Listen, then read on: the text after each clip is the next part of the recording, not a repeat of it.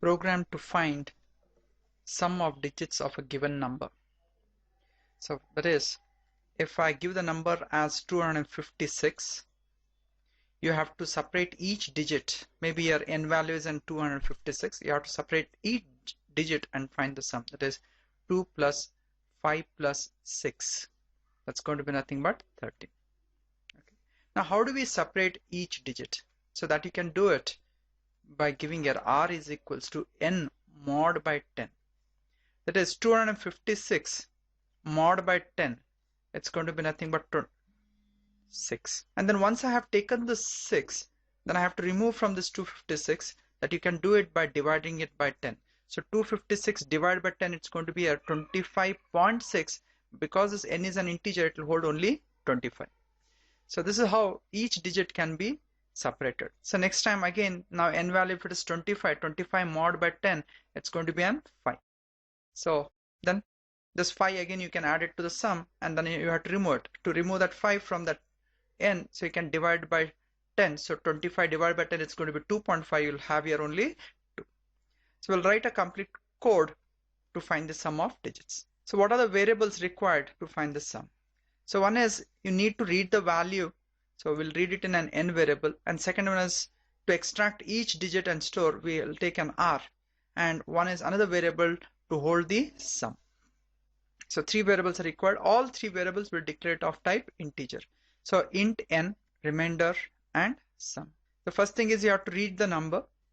So enter data, read it by scanf %d ampersand of. Let's take up n value is given as in 256. Do the initialization of some value. Some value has to be initialized to 0. Variable which has been initialized to 0.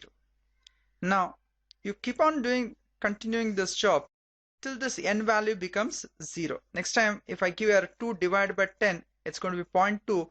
So that means when you store into n, it will take it as a 0. So when it is 0, you have to stop. So the condition here, it's going to be while n value is not equals to 0.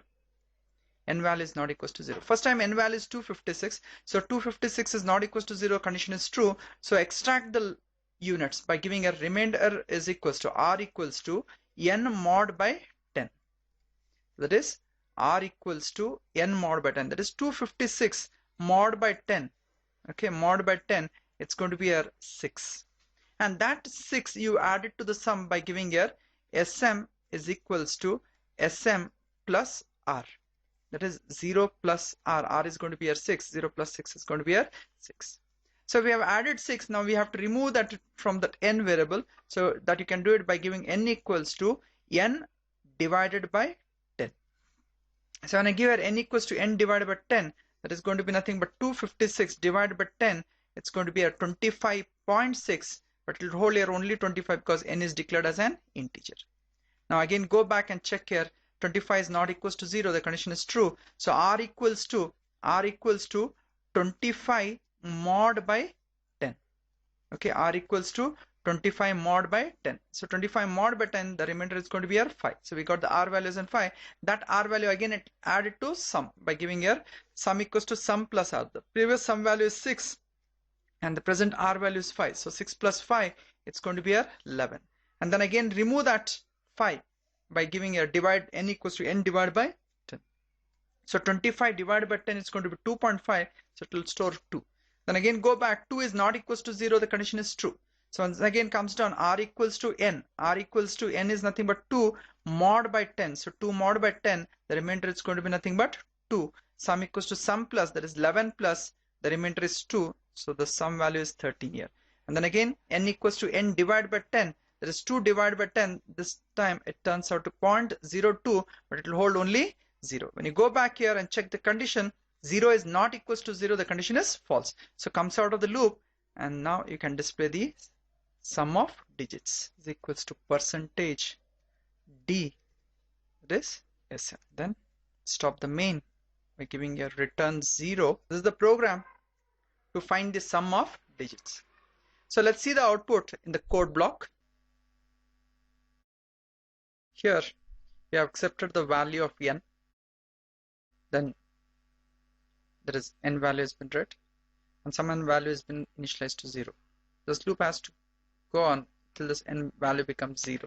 So remainder is equals to n mod by 10, and that remainder has been added to sum, and then that last unit has to be removed. That you can remove it by giving n divided by 10.